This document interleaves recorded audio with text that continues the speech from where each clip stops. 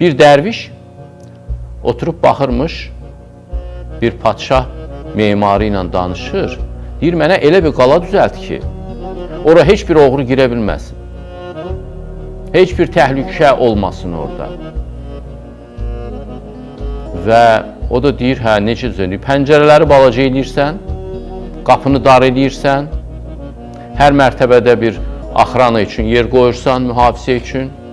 Nəysə, divarları çox qalın eləyirsən, top da dağıtmasın və s. və ilə axır. Dərviş də birdən gülməyə başlayır. Padşah hirslənir, dönür, sən kimsən bizim söhbətimizə qulaq asırsan və gülürsən. Deyir, dərviş deyir, o memar bilmir təhlükəsiz qalanı necə tikmək olar. Mən bilirəm. Deyir, necə olacaq ki, nətərdir diyor. Deyir, şahs olsun, sən girginən bu qalanın içinə. Ona da deyilən qapını da hörsün, pəncərələri də hörsün. Ən təhlükəsiz qala elə olacaq. Qapı qalacaqsa, pəncərə qalacaqsa mütləq ora girəcəklər. Anlayırsınızmı ki, həyat və mütləq təhlükəsizlik üst-üstə düşən şey deyil. Həyat təhlükə deməkdir və olmalıdır da.